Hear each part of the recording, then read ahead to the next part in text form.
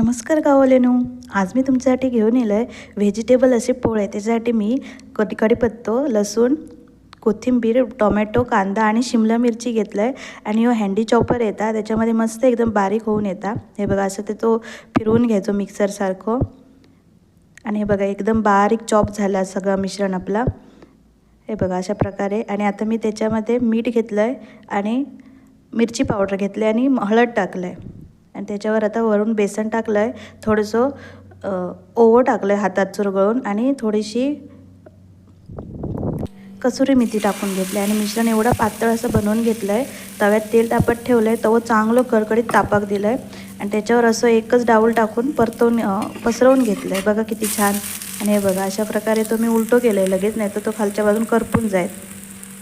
आणि असे हे पोळे एकदम मस्त लागतात। आणि त्याच्यात भरपूर सारी व्हेजिटेबल्स आहेत, म्हणजे कांदा, टोमॅटो, शिमला मिरची, लसूण, आणि तुम्ही काय आणखीन गाजर पण तुम्ही ॲड करू शकता। अशा प्रकारे मी हे पोळे बनवून घेतलं आहे। हे बघा, एकदम मस्तपैकी असे। आणि हे मिश्रण पातळ केल्यामुळे ना चांगला पसरवूक मिळतं, आणि चांगला जर शिजला पण जाता। जर घट्ट ठेवलास ना तर तो पसरवूक मिळत नाही, आणि तसं जाडसर असं पोळं लागतं। त्याच्यामुळे हे मिश्रणचा ह्या ना ह्या पातळ असा कन्सिस्टन्सीवर ठेवतं असतं। हे बघा, अशा प्रकारे तर मी हे बनवून घेतलं। किती छान दिसतात बघा, आणि भाकरीबरोबर ते एकदम भारी वाटतात। तर मंडळींनो, तुम्ही हे करून बघा, आणि आवडले तर माझे चॅनल नक्की सबस्क्राईब करा, जेणेकरून तुमका असेच नवनवीन रेसिपीज सोपे साधे कोकणी पद्धतीतले बघूक मिळतील। चला तर मग, बाय बाय।